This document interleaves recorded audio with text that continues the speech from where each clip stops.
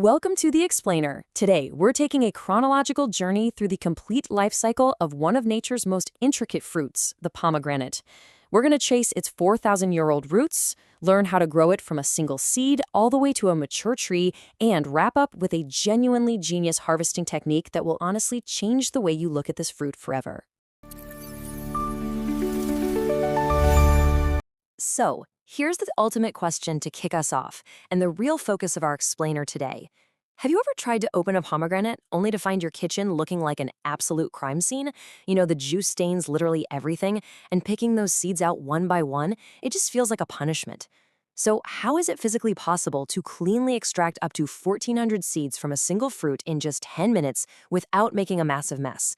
Stick with me here, because the answer actually lies in the very structure of the fruit itself.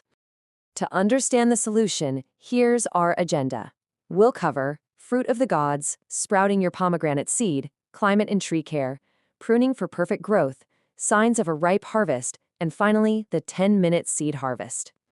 Part 1. Fruit of the gods, a 4,000-year history.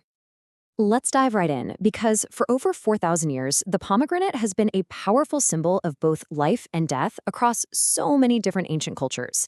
It's a legendary fruit, and it really commands a lot of respect, before we even think about harvesting it. To see exactly what I mean by that mythological weight, the ancient Greeks believed the fruit originally sprang directly from the blood of Dionysus, the god of wine. Plus, it's famously tied to Persephone. Because she ate the fruit, she was bound to the underworld by Pluto for a third of the year, returning only to usher in the spring. So we're talking about a fruit literally steeped in epic lore. Part 2. Sprouting your pomegranate seed from store-bought to soil. Moving from ancient myth to modern dirt, let's explore how you can sprout these literal jewels yourself. You don't need magic for this. You can do it right from a regular, store-bought fruit. Here's how the timeline breaks down. On day 1, you extract a seed, pop it into a moist paper towel inside an airtight bag, and stash it in a dark, warm place. By day 14, germination begins and you'll see a little root and sprout emerge. Once you move it to a potting mix, boom! By day 27, your tiny plant breaks through the soil. Now, you do need some patience here, because the final step, bearing harvestable fruit, takes about 3 to 5 years. But trust me, the wait is highly rewarding. Now, there's also a really interesting alternative method, affectionately known as rot or rise. Instead of isolating a single seed, you just bury a whole, fresh slice of pomegranate directly into the soil. Down beneath the surface, the rotting fruit naturally acts as a rich fertilizer. It directly nourishes the new sprouting seeds as they fight their way up to the surface. It's just a beautiful, self-contained cycle of life. Part 3. Climate and tree care. Heat, sun, and soil. Once you have a successful sprout, we hit adolescence. And before you plant it outside, you've got to know your zone. Standard classic varieties like Wonderful and Parfianca are absolute heat lovers. They thrive in zones 8 to 11 and can happily endure over 120 days of intense 85-degree Fahrenheit heat. But hey, if you live in a cooler climate, you're not out of luck. The cold, hardy red variety is perfect for zones 6 to 9, and it's specifically bred to ripen beautifully in the brisk fall weather. The absolutely crucial point here is just giving the plant what it craves. Pomegranates demand 6 to 8 hours of direct sun daily with excellent airflow. They seriously despise high humidity. When planting, use well-draining native soil because they hate having wet feet.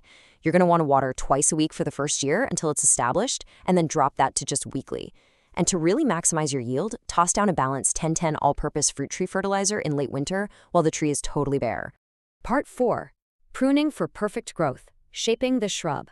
As the plant actively grows, we enter the shaping phase. And this can actually be the trickiest part for home gardeners, mostly because pomegranates naturally want to grow as wide, chaotic bushes rather than your traditional single-trunk fruit tree. To manage that growth, wait until late winter when the leaves have fallen off. That way you can actually see the internal structure.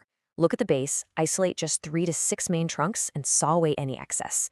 When trimming for vertical height, always cut just above outward-facing offshoots. This forces the plant to grow wide into this nice open vase structure rather than growing branches straight back into its own center. And I literally cannot stress this enough. Always stick to the golden rule, the 3 Ds of pruning. The second you see dead, diseased, or damaged branches, remove them. This isn't just about aesthetics, Clearing out that clutter ensures maximum sunlight penetrates the center of the tree, which directly translates to ripening a massive harvest of fruit. Part 5. Signs of a ripe harvest. Reading the fruit. After years of watering, feeding, and careful pruning, the moment of truth arrives. But you absolutely must know how to spot the exact moment your fruit is ready to be picked. Otherwise, all that hard work goes to waste. So, how do you read the fruit? Most people think a ripe pomegranate is a perfect sphere, but it's actually the complete opposite.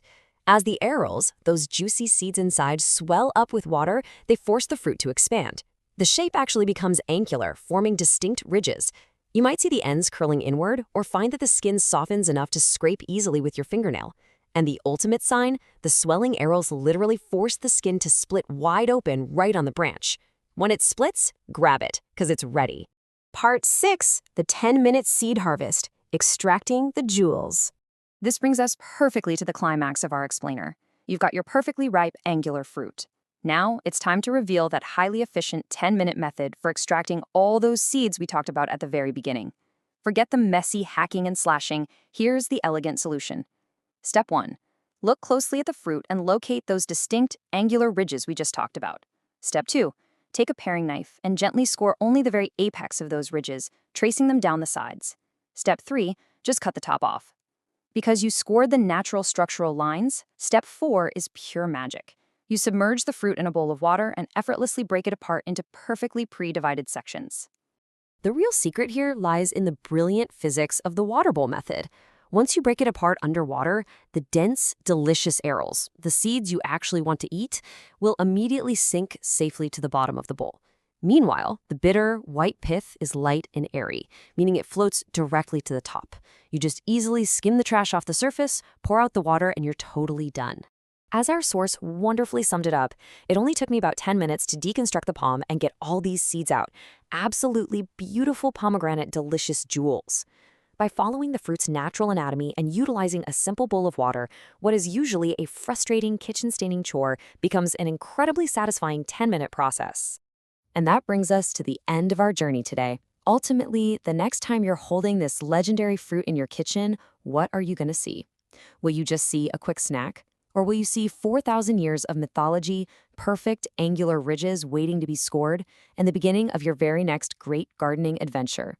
Thanks for joining me on this explainer, and I hope you're leaving feeling inspired to get planting and harvesting. Unlock your potential. Click subscribe now.